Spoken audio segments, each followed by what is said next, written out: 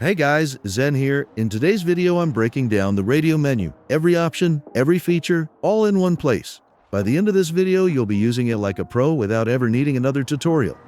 And stick around till the end because you probably never even knew some of these options existed in BeamNG. And trust me, a couple of them are surprisingly fun and seriously amazing. Alright, so to open the radio menu, just press E. You'll see a bunch of options pop up. Don't get intimidated, they're super simple once you understand them. The middle button here will actually change depending on whatever you used last, so it becomes really handy later. But let's ignore that for now and jump into the real stuff. Going to Freeroam Actions, and inside that you'll find even more categories, but we're starting with the fun stuff because, well, it's fun. The very first option is Boom, and yeah, it does exactly what it sounds like. It basically boomed my entire vehicle. And as you can see, when I press E again, the center of the radial menu has now changed to the Boom option, just like I mentioned earlier. Before we jump back into Freeroam Actions, let me quickly tell you, you can assign your favorite actions to these empty slots on the menu, so you always have your go-to options right here without digging around. Alright, now let's head back into Freeroam Actions fun stuff. The second option here is Boost, but before I use it, let me repair the car real quick. So what does Boost do? It literally boosts your vehicle. Here's the cool part. Press J to pause the physics, then select the boost option as many times as you want. I'll add it 5 times for the demo. Now when I unpause by pressing J again, yeah, there we go. Woo, whoa. I think this one is perfect if you want to test crashes at different speeds or just fling your car across the map for fun. Now the third option is break everything. And yeah, it does exactly what it says. One click, and your entire vehicle is completely destroyed. Now let's move to the fourth option, destruction. This one actually has multiple tools inside it. Break everything, same as the one we just saw. Break hinges. This only breaks the hinges of your vehicle, nothing else. Deflate tires. As you can see, all my tires instantly deflate. Deflate random tire. This one is fun. Every time you press it, it randomly picks one tire and deflates it. Set on fire. This one is amazing. Even though my vehicle is burning, it's still drivable. No damage, just flames. Side note, you might not have this realistic fire effect in your game.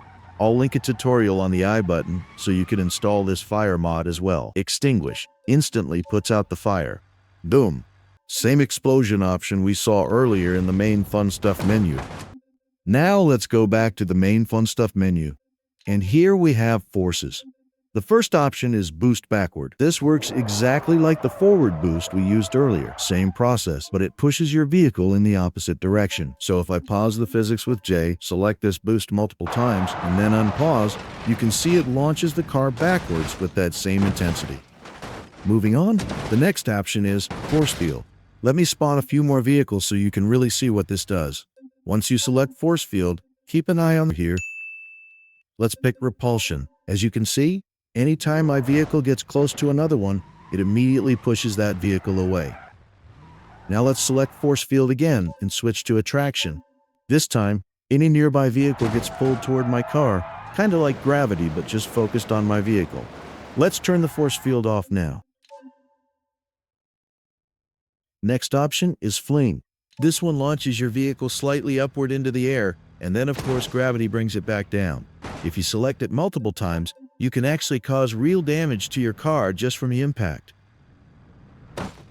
Then we have Fling Downward, and as the name suggests, instead of sending it up, it forces the vehicle downward with the same intensity.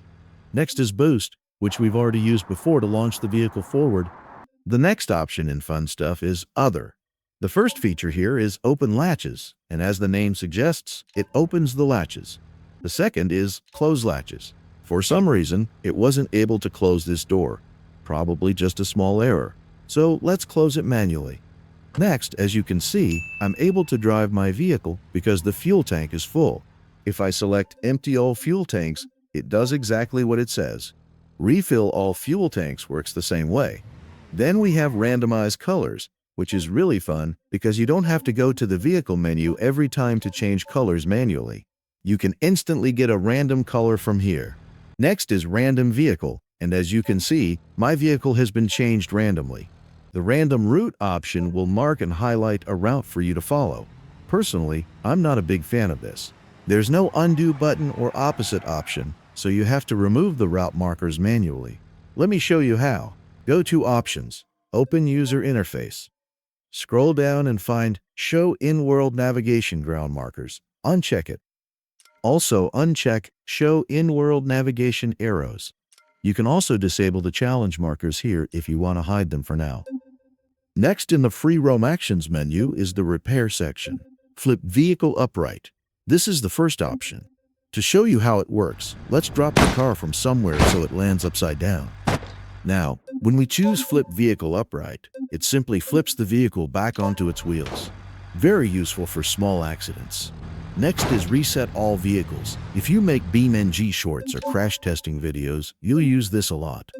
You can experiment with it, but if you don't understand what I said, just let me know. I will make a separate video explaining all reset variations. For now, this one resets my currently selected vehicle back to its default state. Teleport Home and Repair. Instead of selecting this option, you can also just press R, which does the same thing. But what if you want the car to respawn at a specific place? That's where this next option comes in, which is Set Home Location. Let's say this is the spot where I want the car to spawn when I press R. I just drive here, open the radial menu, and select Teleport Home and Repair. The vehicle respawns right here. The location I set is home. Recover vehicle to last road. This basically snaps your vehicle back to the closest road you were recently on. Honestly, I don't know why they added this either when we already have other respawn options, but it's there. Next is the Manage Vehicle menu. The first option here is Select Vehicle. You can open this same menu instantly by pressing Ctrl+E, so this is just an alternate way to get there. Next is Vehicles and Parts Config. This opens the Parts Configurator, where you can change bumpers, engines, wheels, suspension, etc. But again, instead of using the radio menu, you can just press Ctrl+W to get here faster. Next is Switch Controlled Vehicle. This does the same thing as pressing Tab, which switches control between all vehicles in the world. Below that is another option that also switches vehicles, but this one lets you pick a specific vehicle from the list. So, if you've spawned a bunch of cars and want to jump directly into one without cycling through them with Tab, this option is perfect. Next is Clone Current Vehicle. This one is extremely useful if you want multiple copies of the same car. Instead of spawning each one manually, you just clone, then change their colors or parts if you want. Much faster and more convenient. Remove Current Vehicle. This one is simple. It deletes the vehicle you're currently controlling. Now moving to the Traffic menu. Let's select Spawn Normal. This will spawn some AI cars that drive around naturally.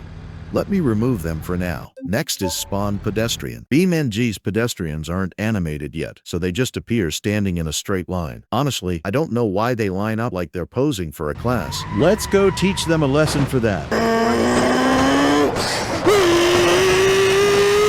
Anyway, next option is Spawn Police. This will add police cars into the traffic system, mixed in with the normal AI vehicles. Then we have Pause Traffic. As you can see, all AI vehicles freeze instantly. If I select Start Traffic, everything unfreezes again. And yes, it even starts any vehicles that you yourself spawned manually. Now let's move to the AI menu. The first option is Random. If I select this, all traffic cars move freely and randomly around the map. Next is Flee. When I pick this, the cars will actually run away from me. They don't run very smartly, but at least they try. Then we have Chase Me. Traffic cars will try to chase my vehicle, but without mods, the AI is not as aggressive or accurate as you might want. If I select Stop, all AI cars will stop whatever action they were doing before. Next is Follow Me. Exactly like the name sounds, AI cars will try to follow your vehicle. But again, without mods, they're slower and not very good at keeping up. Now we have Drive Route.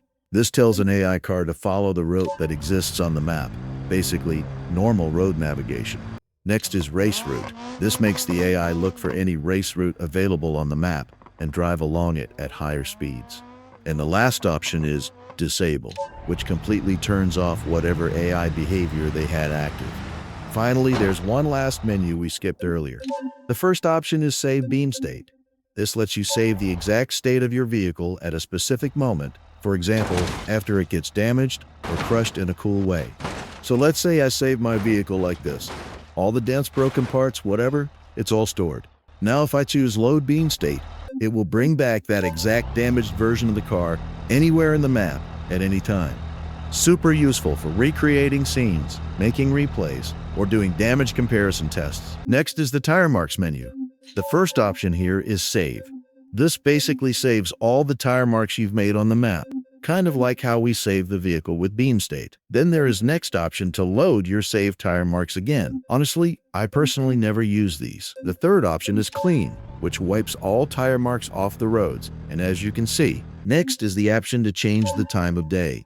I'm not going to change it right now as I've already added mods to get this bright day with sky, but you can set morning, evening, night, whatever suits your vibe. Then we have the Environment tab, and this just takes you back to the environment settings we already covered in the BeamNG Beginner Guide video, so nothing new to explain here. And finally, the last option is Photo Mode. This one honestly deserves its own dedicated video. Let me know if you want that, because this video already got so much lengthy, I guess. Alright, that's it for today. Hope you appreciate the time and effort I put into this guide. If you did, make sure to like the video and subscribe to the channel. This is Zen, signing off. Peace out.